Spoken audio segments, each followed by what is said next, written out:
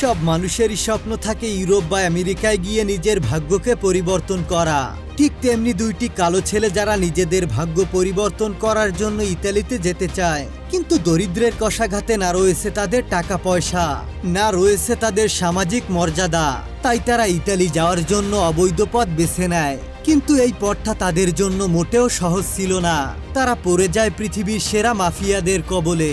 তারা কি ওই মাফিয়াদের কবল থেকে রক্ষা পাবে? আর কিভাবে তারা তাদের স্বপ্নের দেশ ইতালিতে পাড়ি দিবে, সেটা জানতে হলে তোমাদের পুরো ভিডিওটি দেখতে হবে। তবে বন্ধুরা, তোমরা কেউ এইভাবে অবৈধ পথ অবলম্বন করবে না। নিজের দেশে ডাল ভাত খেয়েও বেঁচে থাকায় একটা শান্তি রয়েছে। তো আর বেশি স্পয়লার না দিয়ে চলো সরাসরি গল্পে ঢুকে পড়া যাক। পূর্ব আফ্রিকার দেশ সেনেগাল, যেখানে অনেক বড় বড় পরিবার ছোট ছোট বাড়িতে থাকে। যেখানকার একটি পরিবারের 16 বছরের একটি কিশোর ছেলেকে আমরা দেখতে পাই, যার নাম হলো সাইদু। সকালে তার ঘুম ভাঙে ছোট ছোট বাচ্চাদের চিৎকার আর চেঁচামেচিতে। সে একটু বিরক্ত হলেও জানতো এটা তাদের পরিবারের প্রতিদিনকার ঘটনা। বাচ্চাদের হাসি কান্না যেন তাদের জীবনের একটা অংশ হয়ে গিয়েছে। সাইদু বিছানা থেকে উঠে তার টি শার্টটা পরে নেয় এবং তার পাশের বাড়িতে চলে যায় তার সমবয়সী চাচাতো ভাই মুসাকে ডাকতে। যখনই তারা বের হয়ে যাবে তখনই সাইদুর মা তাকে জিজ্ঞাসা করে, তোমরা কোথায় যাচ্ছ? সাইদু বলে, আমরা ফুটবল খেলতে যাচ্ছি। এই কথা বলে তারা দুজন বেরিয়ে পড়ে। আসলে সাইদু তার মাকে মিথ্যা কথা বলেছে। আসলে তারা দুজন দিনমজুরের কাজ করছিল এবং নিজেদের উপার্জন করা টাকা জমিয়ে রাখত, কারণ তাদের স্বপ্ন ছিল ইউরোপের নতুন দেশ ইতালিতে যাওয়া। এজন্যই তারা কঠোর পরিশ্রম করে টাকা জমাচ্ছিল। প্রতিদিনের মতো তাদের নিজেদের পরিশ্রমের অর্থ তারা গোপন রেখে দিয়েছিল। টাকা রাখার জন্য তারা একটি নিরাপদ জায়গা ব্যবহার করে, যাতে তাদের টাকা কেউ খুঁজে না পায়। মুসা টাকা রাখার সময় সেগুলো গোনার চেষ্টা করছিল, কিন্তু সাইদু তাকে তাড়াতাড়ি টাকা রেখে আসতে বলে, কারণ যে কোনো মুহূর্তেই কেউ এখানে চলে আসতে পারে। মুসার টাকাগুলো সে সাইদুকে দেখিয়ে বলে, এখানে যে টাকা আছে সেটা আমাদের ইউরোপ যাওয়ার জন্য যথেষ্ট। কিন্তু সাইদু তার কথায় তেমন একটা পাত্তা দেয় না। এরপর তারা একটি স্টেজ প্রোগ্রামে চলে যায়। সাইদু আর মুসা সেখানকার গানের সুরে মজে গিয়ে বাজনা বাজাতে শুরু করে। আর সাইদুর মা একজন স্টেজ পারফর্মার। সাইদু নিজেও একজন মিউজিশিয়ান, আর এই কারণে সে ইউরোপে গিয়ে নিজের কেরিয়ার তৈরি করতে চায়। রাতে সাইদু বাড়িতে ফিরে তার মায়ের সামনে কিছুটা আনইজি ফিল করে এবং সে তার মাকে তার স্বপ্নের কথা জানায়। ইউরোপ যাওয়ার কথা শুনে সাইদুর মা প্রথমে শুনতে পাননি এমন একটা ভান করে, কিন্তু সাইদু তার মাকে বুঝিয়ে বলে, আমাদের বাড়ির যে অবস্থা তা যে কোনো মুহূর্তেই ভেঙে পড়তে পারে, আর আমার বোনেরা একটা ঘরে অনেক কষ্ট করে ঘুমায়। তাদের ভবিষ্যতের কথা চিন্তা করে আমাকে এটা করতেই হবে। তাই আমি ইউরোপ গিয়ে গানের কেরিয়ার শুরু করতে চাই, যাতে করে আমি আমার পরিবারকে সাহায্য করতে পারি। ছেলের মুখে এমন কথা শুনে সাইদুর মা তাকে অনেক বকাবকি করতে শুরু করে আর বলে, ইউরোপ যাওয়া মানে নিজের মৃত্যুকে ডেকে আনা। সে বলে, ইউরোপে যাওয়ার স্বপ্ন নিয়ে অনেকেই বাড়ি থেকে বের হয়, তবে তাদেরকে লাশ হয়ে ফিরতে হয়। আর অনেকের লাশ পড়ে থাকে ওই সমুদ্র আর মরুভূমিতে, কারণ সেই সময় বৈধভাবে ইউরোপে যাওয়ার সামর্থ্য কারোরই ছিল না। তাই তারা অবৈধভাবে ইউরোপ যাওয়ার চেষ্টা করে। আর এই রকমের এই দুর্ঘটনার মধ্য দিয়ে ছেলে জীবন হারাক, সেটা তার মা চায়নি। তাই তিনি কঠোরভাবে সাইদুরের উপর বকাঝকা করতে শুরু করে। মায়ের রাগ দেখে সাইদু তার মাকে বলে, আসলে আমি মজা করছিলাম, সে আসলে কোথাও যাচ্ছে না। সে আরো বলে, আমি এখানেই থাকবো। এই কথা বলে সাইদু তার কথা ঘুরিয়ে ফেলে। পরের দিন সাইদু আর মুসা স্কুলে যাওয়ার জন্য বের হচ্ছিল। তখন সাইদুর মা মুসাকে আটকায় এবং তাকেও অনেক বকাঝকা করতে শুরু করে। সে বলে যে মুসার জন্যই সাইদুর এমন চিন্তা ভাবনা এসেছে, কিন্তু তারা তাকে অনেকভাবে বুঝিয়ে শান্ত করে। এরপর তারা সেখান থেকে স্কুলে চলে যায়। রাস্তায় বের হয়ে মুসা সাইদুর উপরে অনেক বেশি রেগে যায় আর বলে সে কেন তার মাকে এই কথা বলেছে। তারা 6 মাস ধরে ইউরোপে যাওয়ার প্ল্যান করছে। তাদের প্ল্যানের কথা জানতে পারলে সাইদুর মা কখনোই তাদেরকে যেতে দিবে না। যাই হোক, এরপরে তারা দুজনে স্কুলে চলে যায়। এরপর স্কুল শেষ করে তারা তাদের কাজে বেরিয়ে পড়ে। সেখান থেকে ফিরতে ফিরতে তাদের সন্ধ্যা হয়ে যায়। যাওয়ার সময় সাইদুর মা তাকে আবারও বকাঝকা করে। মায়ের বকা দেওয়া শব্দ দিয়ে তার মাথায় একটা গানের লিরিক্স আসে, তাই সে মুসাকে নিয়ে একটা গান লিখে ফেলে। এরপরে তারা রাস্তায় দলবল নিয়ে গানটা গাইতে শুরু করে। গান শেষ করে সাইদু আর মুসা সিসকু নামের এই লোকটার সাথে দেখা করতে যায়। সিসকু আসলে ইউরোপ সম্পর্কে অনেক কিছুই জানে, তাই তাদের ইউরোপ যাওয়া উচিত কিনা সেই ব্যাপারে সাজেশন নেওয়ার জন্য তারা তার কাছে যায়। সিসকু তাদেরকে সরাসরি না করে দেয় আর সে তাদেরকে বলে তারা টিভি দেখে ইউরোপকে যেমনটা ভাবে আসলে ইউরোপ তেমনটা না। সেখানে অনেক ঠান্ডা আর সেখানকার অনেক মানুষ এই ঠান্ডার মধ্যেই রাস্তায় ঘুমায়। সেখানকার জীবন আফ্রিকার জীবনের থেকে অনেক বেশি কঠিন। ওখানে জীবনের কোনো মূল্যই থাকে না। সিস্কুর মুখে এরকম কথা শুনে সাইদু একটু ঘাবড়ে যায়, কিন্তু মুসা তাকে বুঝায় যে তারা 6 মাস ধরে প্ল্যান করছে আর অনেক কষ্ট করে টাকা পয়সাও জমিয়েছে। এখন তাদের পিছনে আসা একদমই উচিত না। তাছাড়া ইউরোপ যেতে পারলে তাদের কেরিয়ারও সুন্দর হয়ে যাবে। সুপারস্টারের মতো তারা মঞ্চ কাঁপাবে। এমনকি সাদা চামড়ার লোকেরা এসেও তাদের কাছে অটোগ্রাফ চাইবে। সে তাকে বলে এর থেকে সুন্দর মুহূর্ত আর কি হতে পারে। মুসার কথা শুনে সাইদুর চোখে আবারও স্বপ্ন জেগে ওঠে। তবে তারা সিদ্ধান্ত নেওয়ার আগে একজন জ্যোতিষীর কাছে যায়। জ্যোতিষী তাদেরকে ভুলভাল দিক নির্দেশনা দেয় যে তারা তাদের দাদা দাদির কবরস্থানে গিয়ে নিজেদের মনের কথা জানাবে, আর 3 দিন পরে যেন তারা আবারও জ্যোতিষীর কাছে ফিরে আসে। তবে জ্যোতিষী তাদের মৃত দাদা দাদির সঙ্গে কথা বলবে আর তাদের থেকে জানবে ওনারা কি সব পরামর্শ দিচ্ছে। জ্যোতিষীর কথা মতো তারা কাজ শেষ করে এবং 3 দিন পরে সেখানে এসে হাজির হয়। এখানে জ্যোতিষী তাদেরকে ইউরোপ যাওয়ার অনুমতি দিয়ে দেয়। এতে করে তারা দুজনে খুব বেশি খুশি হয়ে যায় আর এবার তারা আশা করে যে তাদের লক্ষ্য এবার পূরণ হবেই। পরের দিনই তারা তাদের মায়েদেরকে কিছু না জানিয়েই তাদের স্বপ্নের উদ্দেশ্যে বেরিয়ে পড়ে।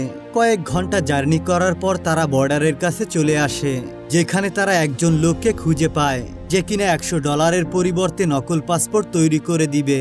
তারা তার কাছ থেকে একটি নকল পাসপোর্ট বানিয়ে নেয়। লোকটা তাদেরকে মালি দেশের পাসপোর্ট বানিয়ে দেয় এবং তাদের নতুন মালিয়া নাম দেয়। আর সেই সাথে তাদেরকে বুঝিয়ে দেয় রাস্তায় চেকপোস্টের গার্ডেরা জিজ্ঞাসা করলে তারা যেন মালি দেশের নাগরিক হিসেবে তাদের পরিচয় দেয় এবং সকল ঝামেলাগুলো যেন এড়িয়ে চলে। এরপর তারা দুজন বাসে উঠে পড়ে। কিছু দূরে আসার পরেই মালি দেশের গার্ড আসে সাইদু আর মুসার পাসপোর্ট চেক করার জন্য। সেই সময় তারা যে ড্রেস পরছিল একই ড্রেসে তাদের পাসপোর্ট ছিল, তাই এখানে থাকা গার্ডদের কিছুটা সন্দেহ হয়। তারা তাদেরকে জিজ্ঞাসা করে এই পাসপোর্ট তারা কবে তৈরি করেছে। তারা বলে আমরা এটা 2 বছর আগে তৈরি করেছি। এটা শুনে গার্ডের সন্দেহ সত্যি হয়। তারা বুঝতে পারে এরা দুজন অবৈধ আদিবাসী, তাই গার্ড তাদের কাছে $50 ঘুষ চায়। তারা বলে ঘুষ না দিলে তাদেরকে জেলখানায় ঢুকিয়ে দিবে, তাই তাদেরকে বাধ্য হয়ে $50 ঘুষ দিতে হয়।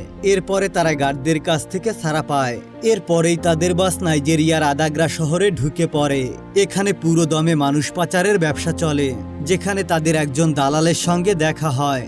সে তাদেরকে জনপ্রতি $600 বিনিময়ে ইতালি যাওয়ার প্রলোভন দেখায়। যদিও টাকার অঙ্কটা অনেক বেশি ছিল, কিন্তু তাদের কাছে অন্য কোনো উপায় ছিল না, তাই তারা এই টাকার বিনিময়ে যেতে রাজি হয়ে যায়। এরপরে তাদেরকে একটি গোপন আস্তানায় নিয়ে আসা হয়। সেখানে তাদের মতো আরো অনেক মানুষ ইউরোপ যাবার জন্য অপেক্ষা করছিল। রাতে একজন লোক এসে তাদেরকে বেশ কিছু ব্যাপারে সতর্ক করে দেয়। বিশেষ করে মরুভূমিতে ডাকাতরা অ্যাটাক করে এবং সমস্ত টাকা পয়সা লুট করে নেয়। তাই সে তাদেরকে বলে তারা যেন তাদের টাকা পয়সা প্লাস্টিকে করে তাদের পায়ুপথের ভিতরে লুকিয়ে নেয়। যদিও এটা একটু কষ্টকর ছিল, তবে টাকা লুকানোর এটাই সব থেকে ভালো উপায় ছিল। এটা বলে সেই লোকটা সেখান থেকে চলে যায়। সকালে মুসা সাইদুকে ডেকে তোলে আর জানা যায় আজকে রাতেই তাদের যাত্রা শুরু হবে। এটা শুনে সাইদু খুব বেশি খুশি হয়ে যায়। তারা কিছু গরম জামা কাপড় কেনাকাটা করে। রাতে যাত্রা শুরু করার আগে মুসার টাকাগুলো তার পায়ুপথের ভিতরে লুকিয়ে নেয়। এরপর তারা বাকি লোকদের সঙ্গে গাড়িতে উঠে পড়ে। এরপরে তাদেরকে নিয়ে সাহারা মরুভূমির ভেতর দিয়ে গাড়ি চলতে শুরু করে। মরুভূমি উঁচু নিচু হওয়ার ফলে একজন লোক ধাক্কা খেয়ে মাটিতে পড়ে যায়। গাড়িতে থাকা বাকি লোকেরা গাড়িটিকে থামাতে বলে এবং তারা ওই লোকটাকে উঠানোর জন্য বলে, কিন্তু অবাক করা বিষয় হলো তারা গাড়িটি থামায় না। তাকে ফেলে রেখে গাড়িটি নিজ গতিতে চলতে থাকে। আর এরপরে বাকি যাত্রীদেরকে সাবধান করে দেওয়া হয় যেন তারা শক্ত হয়ে বসে পড়ে, তা না হলে তাদের মধ্যে যদি কেউ পড়ে যায় তাহলে তাকে ফেলে রেখেও চলে যাওয়া হবে। এই কথা শুনে যাত্রীরা পড়ে যাওয়া লোকটির কথা চিন্তা না করে নিজেরাই শক্ত হয়ে বসে পড়ে। এরপর বড় একটা জার্নির পর তাদেরকে একটি জায়গায় এসে থামিয়ে দেওয়া হয়। মরুভূমি তখনও শেষ হতে অনেক পথ বাকি ছিল। তারপরও তাদেরকে সেখানেই নামিয়ে দেওয়া হয়। এবং তাদের সঙ্গে একজন গার্ড দেওয়া হয় যে কিনা তাদেরকে হেঁটে হেঁটে গন্তব্যে পৌঁছে দিবে বলে। সবাই একটু ভয় পেলেও কারো কিছু করার থাকে না, তাই তারা সেই গার্ডকেই ফলো করতে করতে পেছনে হাঁটতে শুরু করে। হাঁটতে হাঁটতে রাত পেরিয়ে দুপুর হয়ে যায়। একজন মহিলা মরুভূমির গরম সহ্য করতে না পেরে সেখানে ক্লান্ত হয়ে বসে পড়ে। সাইদু সেটা দেখতে পায় এবং দৌড়ে তার কাছে চলে যায় আর তাকে পানি খাইয়ে সুস্থ করার চেষ্টা করে। কিন্তু সেই মহিলা অতিরিক্ত অসুস্থ হওয়ার ফলে সে সাইদুর কোলেই মারা যায়। এদিকে মুসা বিরক্ত হয়ে সাইদুকে ডাকাডাকি করতে শুরু করে, কারণ গার্ড তাদের থেকে বেশি দূর এগিয়ে গেলে তারা পথ হারিয়ে ফেলবে। তাই সাইদু ওই মহিলাকে উত্তপ্ত গরমে রেখে সেখান থেকে চলে যায়। কিন্তু এই ঘটনাটা তার মনে খুব বেশি প্রভাব ফেলে। সে কল্পনা করে দেখতে পায় ওই মহিলা তার কাছে আবারও ফিরে এসেছে আর ওই মহিলাটি আবারও জীবিত হয়ে গিয়েছে। আর তখন সে ওই মহিলাকে হাতের মধ্যে ঘুড়ির মতো উড়িয়ে নিয়ে যাচ্ছে। সেই সময় মুসার ডাকে সাইদু কল্পনা থেকে বাস্তবে ফিরে আসে। এরপরে তারা বাস্তবতাকে মেনে নেয় এবং আবারও হাঁটতে শুরু করে। হাঁটতে হাঁটতে এক পর্যায়ে রাত হয়ে যায়। রাতে একদল পুলিশের পরিচয়ে এসে তাদের উপর হামলা করে আর তাদের কাছে যা আছে সবকিছুই ছিনিয়ে নেয়। তাদের কাছে অবশিষ্ট আর কিছুই থাকে না। তারা তাদেরকে অনেক বেশি মারধর করে।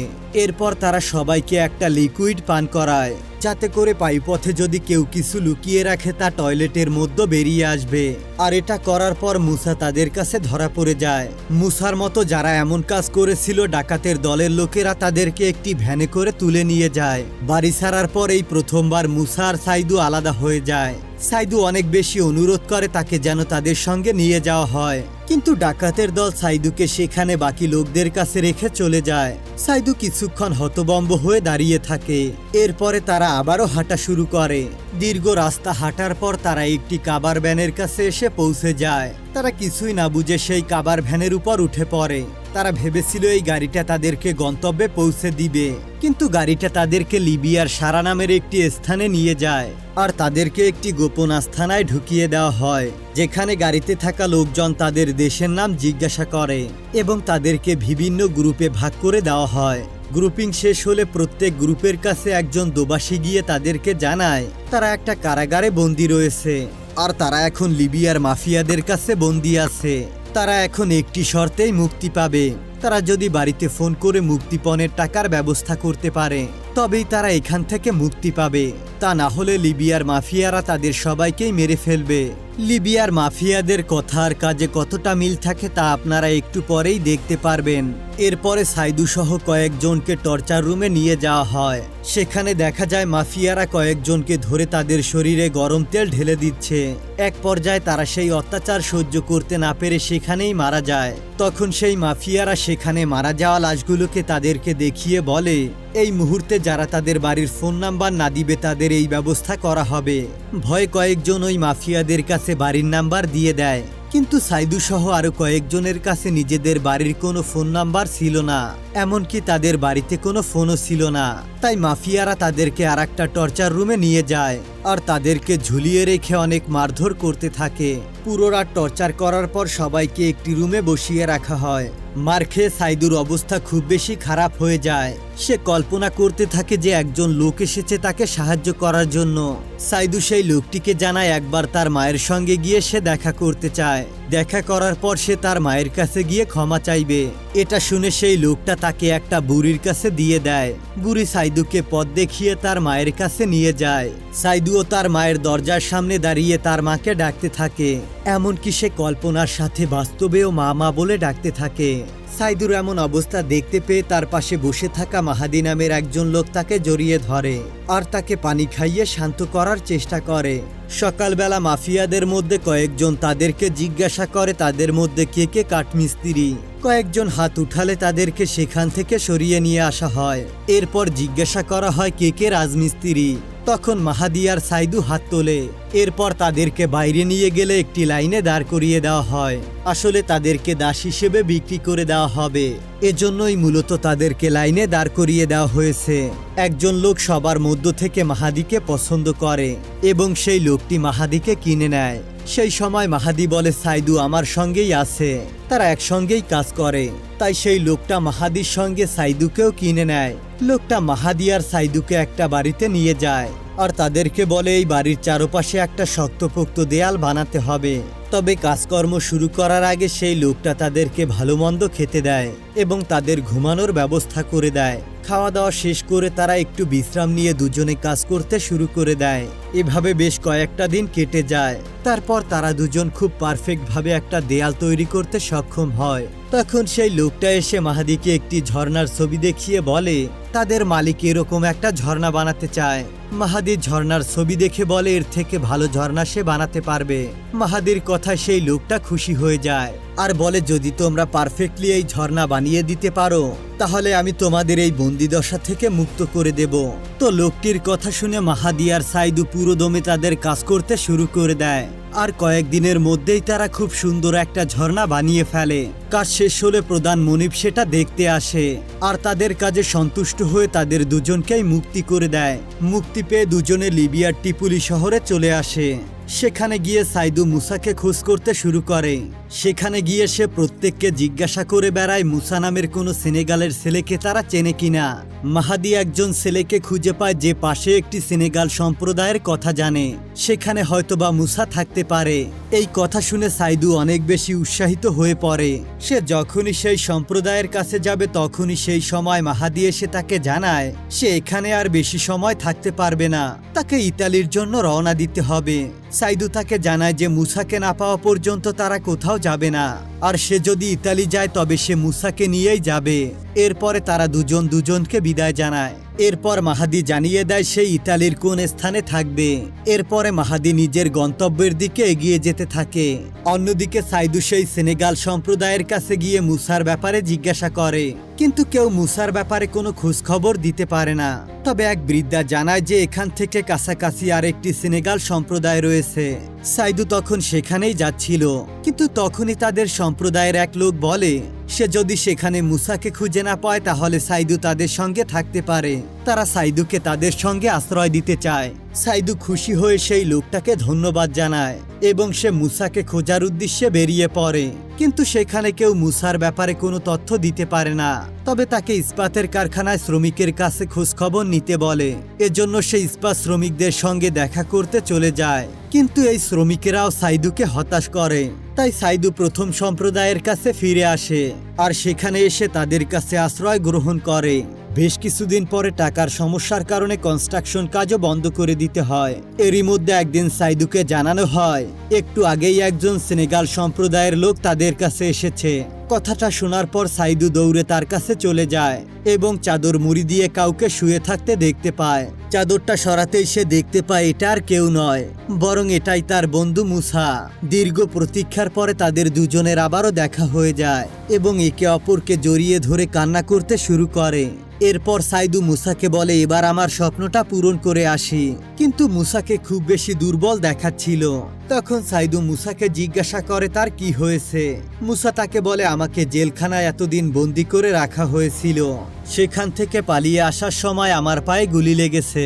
সাইদু তখন তাকে হসপিটালে নিয়ে যেতে চায়, কিন্তু এখানে মুসা একদমই যেতে চায় না। একে তো তারা কৃষ্ণাঙ্গ, তাই হাসপাতালে তাদেরকে ভর্তি নেবে না, আর হাসপাতালে গেলেও তার পাটা কেটে ফেলা হবে। তাই সে নিজের বাড়িতেই ফিরে যেতে চায়, যাতে সে নিজের দেশে অন্তত শান্তিময়ভাবে মরতে পারে। মুসার কথা শুনে সাইদু বুঝতে পারে মুসা খুব বেশি ডিপ্রেশনে আছে। তাই সে মুসাকে বুঝায় তারা ইউরোপের খুব কাছাকাছি চলে এসেছে, তারা তাদের স্বপ্ন পূরণ হওয়ার থেকে আর মাত্র একটু দূরে, তাই তাদের ফিরে যাওয়ার কোনো প্রশ্নই ওঠে না। মুসাকে বোঝানোর পর সে একটু শান্ত হয়। তখন সাইদু মুসাকে তার এক বন্ধুর কাছে নিয়ে আসে। সে ছিল একজন হাতুড়ে ডাক্তার। সে বলে তোমার ভাগ্যটা অনেক বেশি ভালো, গুলিটা তোমার পায়ে লেগে একদম মাংস ভেদ করে চলে গিয়েছে, কিন্তু জীবাণু যাতে না ধরে এর জন্য তোমাকে কিছু অ্যান্টিবায়োটিক এবং ওষুধ খেতে হবে। আর এখানে যে ফার্মেসি আছে সেগুলো কৃষ্ণাঙ্গদের কাছে কোনো ওষুধ বিক্রি করবে না। তাই সে তাদেরকে সামিন নামের একজন লোকের কাছে যেতে বলে, যে পেশায় একজন নাপিত ছিল, তবে সে সেলুনের আড়ালে ওষুধ বিক্রি করত। সাইদু তাকে খুঁজে সেখান থেকে ওষুধ নিয়ে আসে। সাইদু যথাসম্ভব মুসাকে কেয়ার করতে শুরু করে, যাতে সে খুব দ্রুতই সুস্থ হয়ে ওঠে আর যাতে করে তারা দ্রুত ইউরোপের উদ্দেশ্যে বেরিয়ে পড়তে পারে। কিন্তু কয়েকদিন যাওয়ার পরেই ডাক্তার তাদেরকে জানায় মুসার পায়ের অবস্থা খুব বেশি খারাপ হতে যাচ্ছে। সে তার সাধ্যমতো চেষ্টা করেছে, কিন্তু এখন মুসার পায়ের একটা অপারেশন করতে হবে। আর যদি 10 দিনের মধ্যে তার পায়ের অপারেশন না করা হয় তাহলে তার গোটা পাটাকেই কেটে ফেলতে হতে পারে, এমনকি তার জীবনও বিপন্ন হয়ে যেতে পারে। এসব শুনে সাইদু খুবই চিন্তায় পড়ে যায়, কারণ এখানকার হাসপাতালে তাদেরকে কোনোভাবেই ভর্তি নেবে না। এজন্য সাইদু বিকল্প উপায় খুঁজে বের করে। সে ভাবে মুসাকে ইতালি নিয়ে চিকিৎসা করাবে। এজন্য সে একদল চোরাকারবারি লোকদের সঙ্গে দেখা করে, যারা টাকার বিনিময়ে লোকজনকে ইতালি পাচার করে।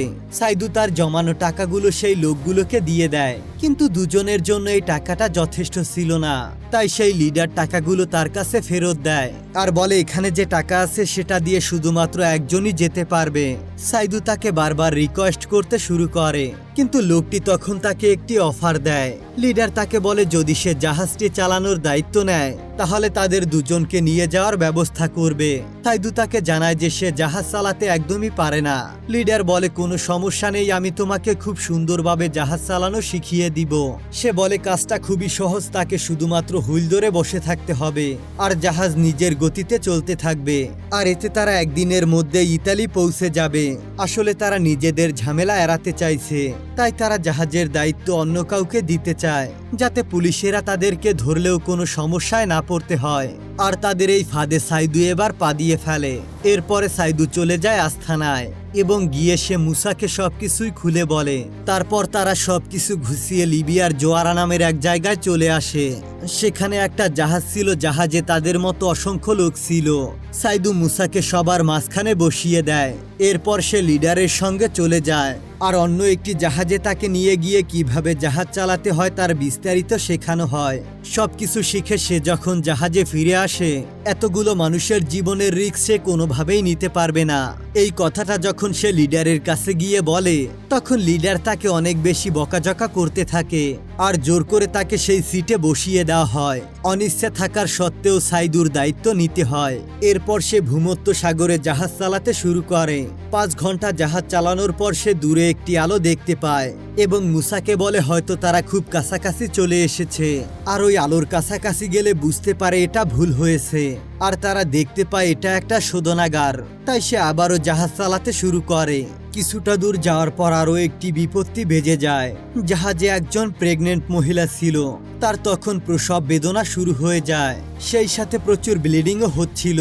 এজন্য সাইদু তখন জাহাজটিকে থামিয়ে দেয়। জাহাজ চলায় সেই ধাক্কায় আরো পেন বাড়তে পারে। তখন সাইদু লিডারের দেওয়া সেই স্যাটেলাইটের ফোনের মাধ্যমে লিডারকে কল করে আর সে তাদেরকে সাহায্য করতে বলে। সেখান থেকে জানানো হয় কয়েক ঘন্টার মধ্যে তাদের কাছে সাহায্য পৌঁছে যাবে।